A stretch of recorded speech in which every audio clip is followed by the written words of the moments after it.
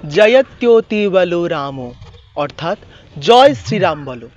মর্যাদা পুরুষোত্তম ভগবান শ্রী রামচন্দ্রের পবিত্র জন্মতিথি শ্রী রামনবমী সমাগত প্রায়।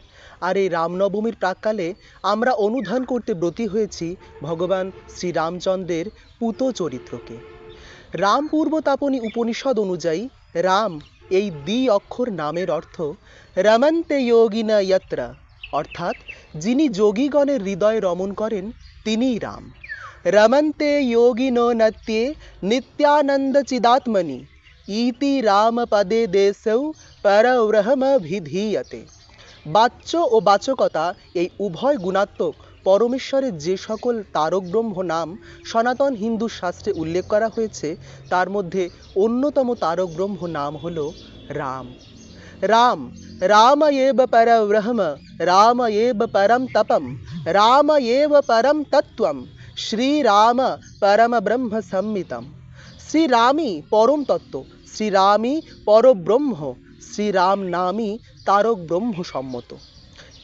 মহর্ষি বাল্মীকি রচিত শ্রীমদ্ রামায়ণে মর্যাদা পুরুষোত্তম ভগবান শ্রী রামচন্দ্রের সমস্ত মানবীয় গুণাবলী, পিতৃভক্তি, দেশপ্রেম, রাজনৈতিক চতুরতা সহ সকল দায়িত্ব কর্তব্যের পরাকাষ্ঠা সুচারু ও সম্যকভাবে উল্লেখ করা হয়েছে, যার দ্বারা ভগবান শ্রী রামচন্দ্রকে আবহমান কাল ধরে একজন আদর্শ মানব চরিত্র হিসেবে বর্ণনা করা যায়। কিন্তু আমরা সনাতনীরা তো শুধুমাত্র আদর্শ মানব চরিত্র হিসেবে নয়, শ্রীরামচন্দ্রকে ভগবান হিসেবেও পূজা করি। তাহলে বাল্মীকি রামায়ণে কি শ্রীরামের পরব্রহ্মত্ব সম্পর্কে কোনো তথ্যই নেই? অযোধ্যাকাণ্ডের প্রথম স্বর্গের 7 নং শ্লোকে বলা হচ্ছে, স হি দেবৈরুদীর্ণস্য রাবণস্য বধার্থিভিঃ অর্থিত মানুষে লোকে যজনে বিষ্ণু সনাতনঃ।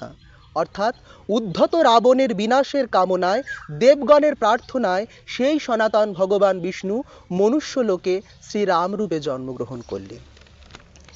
এছাড়াও যুদ্ধকাণ্ডের 117 নং স্বর্গে উল্লেখ করা হচ্ছে, সীতা লক্ষ্মীর ভবান বিষ্ণুর দেবম কৃষ্ণ প্রজাপতিঃ বধার্থম রাবণস্যেহ প্রবিষ্ট মানসীম তনুম। এখানে মানসী তনুম শব্দটি একেবারে সুস্পষ্টভাবেই উল্লেখ করা হচ্ছে। এখানে বলা হচ্ছে সীতা সাক্ষাৎ লক্ষ্মী স্বরূপা এবং শ্রীরাম নারায়ণ স্বরূপ। রাবণকে বধ করার জন্যই তিনি মনুষ্য শরীর ধারণ করে অবতীর্ণ হয়েছেন। সীতাকে উদ্ধার করার পর, রাবণকে বধ করার পর 117 নং স্বর্গের পুরোটাই ব্রহ্মা কর্তৃক ভগবান শ্রী রামচন্দ্রের দেবত্ব প্রতিপাদন এবং বিবিধ স্তব স্তুতিতে পরিপূর্ণ। সেখানে প্রজাপতি ব্রহ্মা ভগবান শ্রী রামচন্দ্রকে বিষ্ণুর পূর্বাপর বিভিন্ন অবতার, যেমন বরাহ অবতার, নৃসিংহ অবতার, বামন অবতার ইত্যাদি বিভিন্ন অবতারের স্বরূপ বলে উল্লেখ করেছেন। ভবান নারায়ণ দেবা শ্রীমাংশ্চক্রায়ুধ প্রভুঃ এক শৃঙ্গ বরাহস্তং ভূত ভব্য সপত্নজিৎ। যুদ্ধকাণ্ড 117 নং স্বর্গের 13 নং শ্লোক।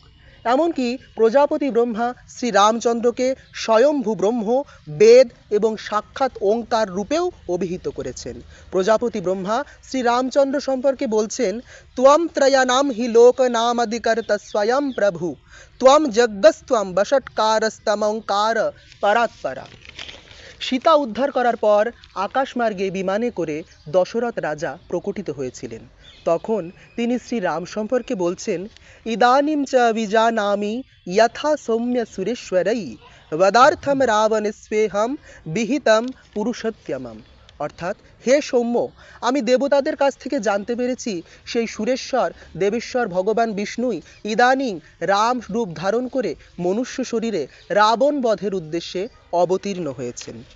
শ্রীরামই যে বেদ প্রতিপাদ্য পরম ব্রহ্ম, যুদ্ধকাণ্ডের 119 নং স্বর্গের 32 নং শ্লোকে তা সুস্পষ্টভাবে বর্ণনা করা হচ্ছে। সেখানে বলা হচ্ছে, এতত্ত্বদুক্তমব্যক্তমক্ষরম ব্রহ্ম সম্মিতম।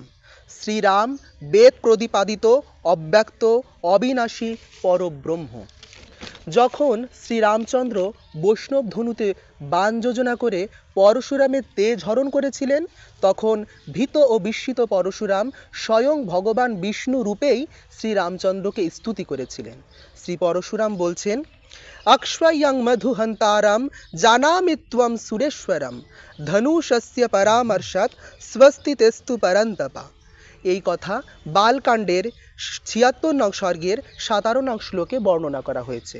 সেখানে বলা হচ্ছে, শ্রীরাম এই ধনুকের গ্রহণ ও আকর্ষণ থেকে তোমাকেই আমি মধুসূদন বলে জ্ঞাত হয়েছি। হে শত্রু হন্তারক রাম, তোমার মঙ্গল হোক। অর্থাৎ শ্রী বাল্মীকি রামায়ণে ছত্রে ছত্রে ভগবান শ্রী রামচন্দ্রের মানবীয় গুণাবলী ব্যতীতও তার পরব্রহ্মত্ব সুস্পষ্ট রূপে ব্যাখ্যা করা হয়েছে। শুধুমাত্র শ্রী রামচরিত্রই নয়, শ্রীরামের নামও অমোঘ ফলপ্রদ। পদ্মপুরাণে মহাদেব মাতা পার্বতীকে বলছেন, রাম রামেতি রামেতি রামে রমে মনোরমে সহস্র নাম তত্তুল্যম রাম নাম বরাননে। অর্থাৎ একটি শ্রীরাম সহস্র বিষ্ণু নামের সমতুল্য এবং সমধিক ফলপ্রদ। পরিশেষে ভক্তশ্রেষ্ঠ শ্রী হনুমানের প্রার্থনায় শ্রী হনুমানের ভাষায় শেষ করতে চাই, শ্রীনাথ জানকী নাথে অভেদ পরমাত্মনি তথাপি মম সর্বস্য রাম কমললোচনা। যদিও লক্ষ্মীপতি শ্রী নারায়ণ এবং সীতাপতি শ্রী রামচন্দ্র এক ও অভিন্ন, তবুও আমার মন, আমার অন্তর শুধুমাত্র কমললোচন শ্রীরামকেই অনুধ্যান করে। নমস্কার।